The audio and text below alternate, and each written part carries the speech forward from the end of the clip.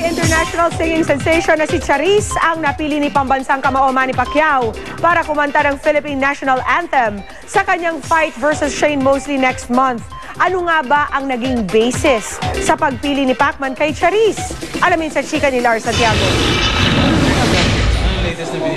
It's official! Si Charisse na nga ang kakanta ng Philippine National Anthem sa bakbakang Manny Pacquiao at Sugar Shane Mosley sa Las Vegas.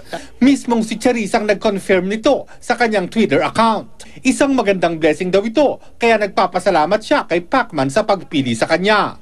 Hindi naman daw nahirapang magdesisyon ang pambansang kamao na piliin ang Pinay singing sensation. Si Charisse Pingping ko, gusto niya kumanta, pagbigyan natin.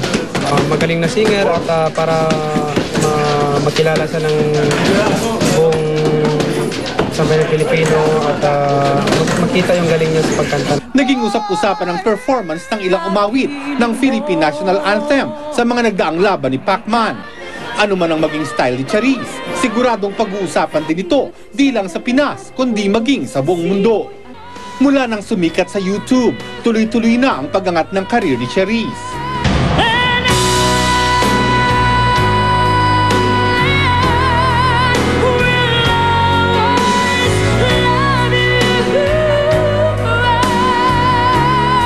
Hanggang sa magkaroon siya ng special appearance sa hit TV musical na Glee, ang pinakamalaking break sa kanyang career.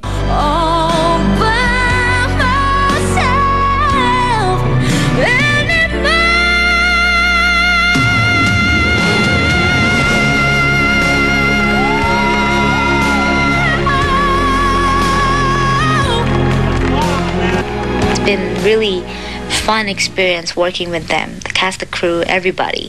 And I feel really blessed to be part of it. At ngayon, naghahanap si Charisse ng bagong young star na makakasama niya sa music video para sa upcoming single niyang One Day, written and produced by Nick Jonas ng Jonas Brothers. I just want, like somebody who has, who's has really like the dream, like she or he's really like looking forward and working hard to reach that dream, because I've been there. Lars Santiago, updated sa Showbiz Happening.